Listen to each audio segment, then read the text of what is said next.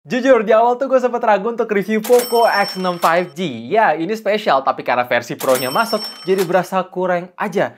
Tapi, makin dipakai gue ngerasa kok yang ini jadi jauh lebih masuk akal. Ya, karena belinya nggak pakai antri, nggak pakai rebutan, desainnya lebih cakep, masih ada port jack 3.5, dan yang paling penting, kesan all-roundernya tuh masih dapet banget. FYI, di video ini tuh gue mau kasih tahu aja hal apa yang baru setelah 2 bulan. Dan terutama setelah update HyperOS, apa yang baru. So, welcome back to UpToDate IDN Channel. Nama gue Greg, dan let's check it out.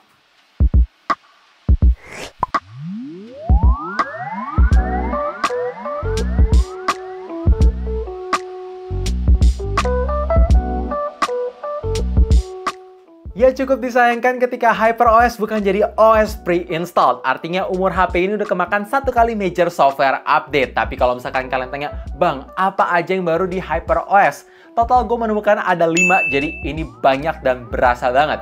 Pertama, dalam segi control center, tampilannya semakin simple walaupun dalam segi kegunaan ini agak rumit karena tombol khusus setting dihilangkan. Jadi jangan lupa kalian pindahin icon setting dari bawah ke atas biar lebih mudah diakses. Kedua, di bagian display setting, ini ada menu tambahan atau lebih tepatnya, brightness level diperjelas jadi lebih mudah untuk diakses. Ketiga, app vault, tampilannya lebih tertata rapi, walaupun ya pasti bakalan gue ganti juga ke Google Fit, karena itu lebih ngebantu. Keempat, icon-icon di aplikasi setting jadi lebih gede dan berwarna. Kelima, di bagian menu battery protection sekarang ada tambahan regular charging. Ya, jadi ada opsi tambahan. Nah, kalau misalkan kalian tanya, Bang, untuk iklan gimana? Apakah masih ada? Jawabannya ada, terutama ketika gue buka aplikasi Get Apps bawaan dan ketika nonton hasil video recording di aplikasi galeri, masih ada rekomendasi nggak jelas. Dan ngomongin total software update, selama 2 bulan ini udah terima 2 kali, jadi ya rutin banget sih.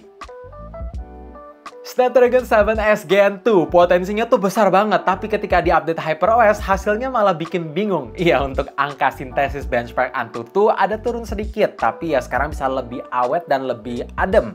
Dalam segi Geekbench 6, angka CPU dan GPU core-nya naik dikit, dan untuk tingkat kestabilan di 3D Wildlife Stress Test turun sampai 8%. Dan ketika gue coba main Mobile Legends dari awal launching sampai sekarang, gue dispute tiap hari refresh rate masih mentok sampai high aja belum bisa ultra.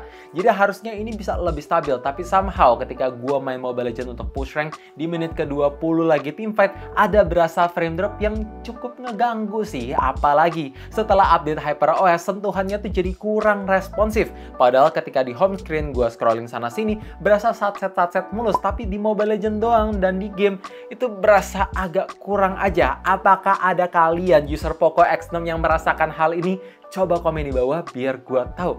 Karena sekarang ini kalau misalkan nggak responsif, kalah terus, hilang ranknya. Padahal alasan aja sih, kalah aja.